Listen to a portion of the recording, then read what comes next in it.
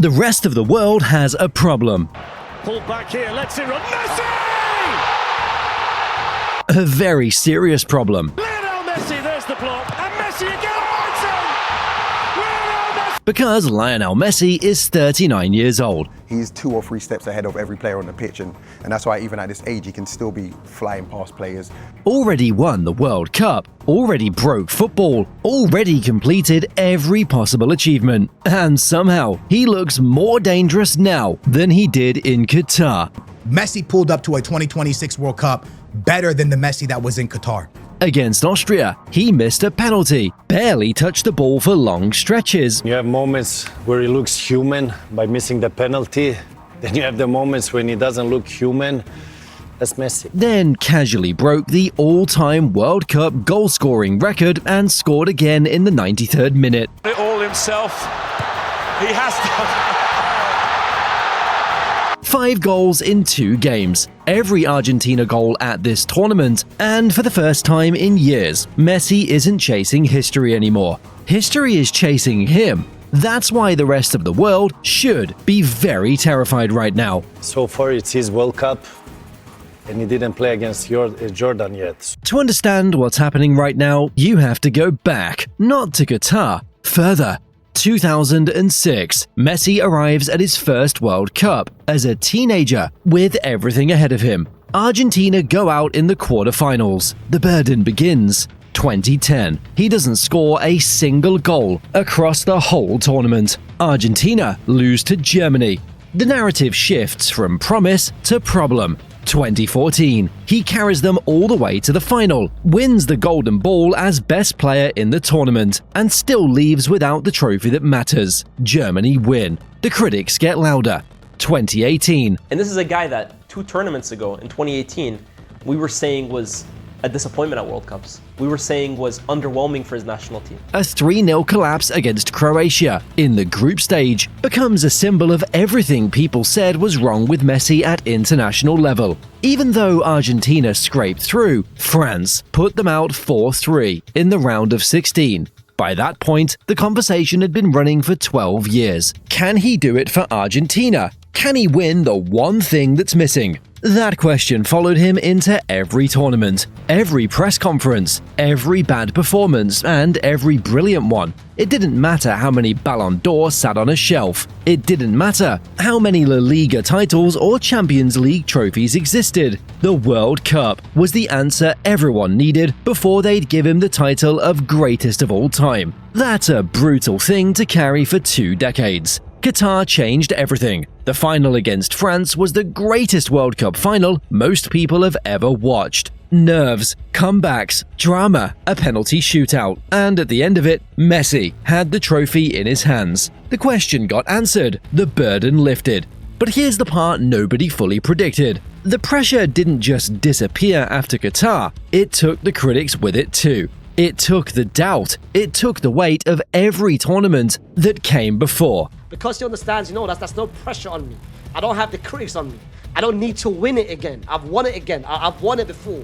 I don't need to win it back to back. And what was left sitting underneath all of that, once it cleared, was something opponents genuinely weren't ready for. Thierry Henry said it from the broadcast after the Austria game. There's not the same pressure. He's playing the World Cup now with joy. He's very relaxed. Henry played with Messi at Barcelona. He knows what this version looks like up close, and the difference between Qatar Messi, heavy, desperate, carrying the expectations of an entire nation, and 2026 Messi is almost a different player.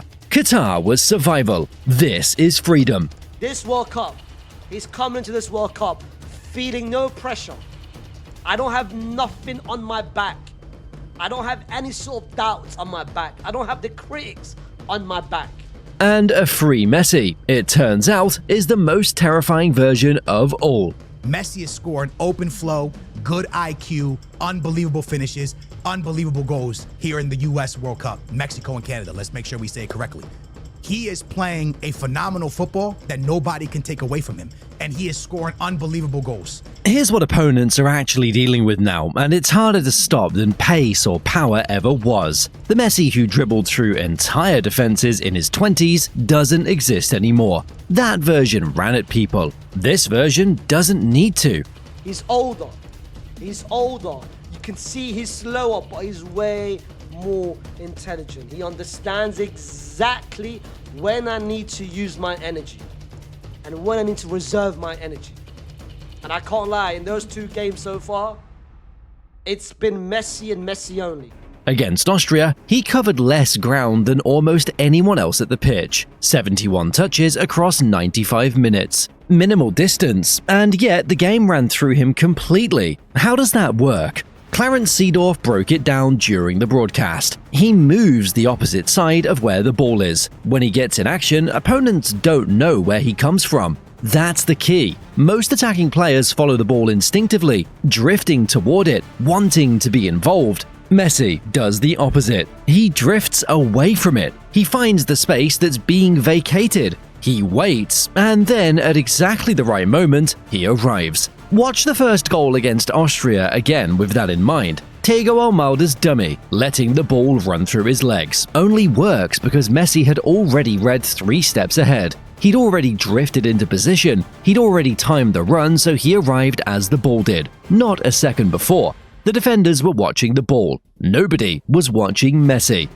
And I tell you what, if it's true that Austria haven't conceded a goal in 18 games, I'm bloody surprised if you're going to leave the best player on the pitch unmarked. That's a psychological game, and he owns it. Then the second goal tells you something different, something about hunger. Messi gets a shot off in the box. It gets blocked, the 93rd minute. Argentina are already winning. Most players stop there. The chance is gone. Messi was already attacking the rebound before defenders could react, and he finished it with a slide tackle, throwing his whole body at the ball. When you see the second goal, and you see arguably the greatest player of all time, misses shot, but then he's the first to react and scores a slide tackle.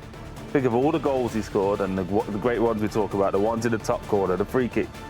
Scores a slide tackle because he wants it more than everybody else. That's not technique, that's mentality. Pep Guardiola described it years ago. Once Messi makes the pass, he smells the goal. He's already back in the box, already hunting the next kill. You know why Messi's the best player I ever seen in my life? Because he's a competitor, he's an animal. And now we pass the ball and we take a look. When you pass the ball, attack the... You have to score the goals, guys. Messi passed the ball and goal machine smell the goal. Nothing about that has changed. Argentina's whole structure exists to protect this version of him. And so we should not be surprised that this team has balance, that they can defend, that they can tackle, they can win different types of game. And in the end, if you need a difference maker, they don't have to search. There are many teams in this World Cup that have to search for the difference maker. Who is the guy that is going to change the game for us? Argentina knows very well who that guy is, and everybody knows their role. De Paul, Enzo Fernandez, Molina, Christian Romero. They do the defensive work, the pressing, the running. They let him conserve energy for the moments that decide games, because those moments always come. Every player on this Argentinian squad, whether they're in the starting 11 or not, recognizes that when they are on that field, there are 9 players that are doing absolutely everything they possibly can because they know there is a payoff. Every player on that squad understands the hierarchy and has accepted it completely, because when Messi gets his moment, they win. When you talk about Messi wandering and walking around, that's okay, but it's all because he knows when to show up, and it's because he has the other 9 players that will do all of the work, gladly do all of the work, because they know that when it comes right down to it, he is going to provide magical moments. 5 goals in 2 games. All 5 of Argentina's goals at this World Cup. The team isn't carrying him through this tournament. He's carrying the team.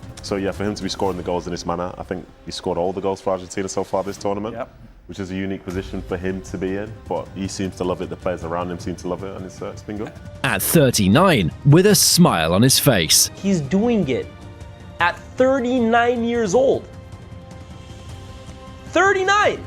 4 generations of players have risen, dominated and faded while Messi kept going. The Ronaldinho era, the Ronaldo, Neymar and Suarez era, Mbappe and Haaland arriving as the next wave. Now, Lamine Yamal stepping onto the same World Cup stage, where Messi is still the best player in the tournament. That's not longevity anymore. That's something else entirely. Something that doesn't have a clean word for it yet. Cristiano, Messi, all the greats that were in that era, bro. I just can only take my hat off because Messi is still able to compete with Kylian Mbappe and Haaland. Unbelievable. The longevity, the historicness, the messiness. I don't know what else to say. The record he broke against Austria puts his name above Gerd Müller, above R9, above Pele, above Klose, every player whose goals at a World Cup became a benchmark for what greatness at this tournament looks like. He sits alone at the top now with 18. But you're looking at R9. You're looking at Gerd Müller. You're looking at previously just like Pelé. The names that you're looking at when it comes to the company of this record are historic, and Messi now sits above every single one of them. And the knockout rounds haven't started. What separates this from a typical record-breaking moment is the context. Records usually fall because a player has spent years grinding toward them, chasing them down as the defining goal of their career.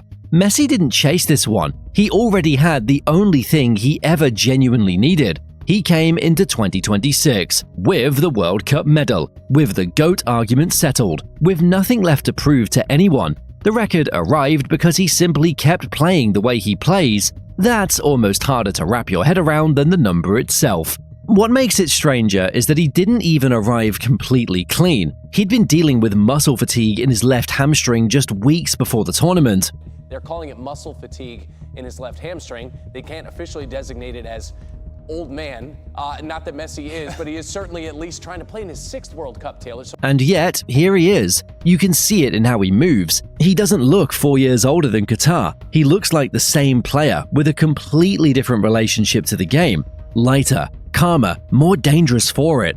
Every team still in this tournament has watched the Austria game. They've done the analysis. They know where he drifts. They know the patterns. They know that when the ball comes back to him in the penalty area, something bad is about to happen. Austria knew. Algeria knew before them. Knowing hasn't helped anyone yet, and that's the terrifying part. Because he's not declining into this run, he's building. The goals keep coming, and the knockout rounds, where margins shrink and one moment decides everything, are exactly where this version of Messi becomes most dangerous. This isn't a farewell tour. Farewell tours are soft, they're nostalgic, they're about appreciation. What Messi is doing in 2026 is something harder, and stranger than that. He's making a final statement in the loudest possible way, in the biggest possible competition, against opponents who are supposed to be in their prime. And he's doing it with joy on his face. That's the detail that gets lost in the noise of records and statistics. The smile after the second goal against Austria, high-fiving photographers on the way back to the halfway line. This is a man who has found out what football feels like when it costs you nothing. And it turns out it feels like this. We're not watching a great player finish his career. We're watching the greatest player in the history of the sport write the last chapter himself on his own terms. Knowing what's coming hasn't helped anyone stop it. Every team left in this tournament will prepare for Messi. They'll build their defensive shapes around him. They'll study the movement, the timing, the drift, and when the moment arrives, he'll find a way anyway. That's what the greatest player who ever lived looks like when he has nothing left to fear. If you haven't subscribed yet, do it now and send this to someone who needs to see what we're all witnessing right now.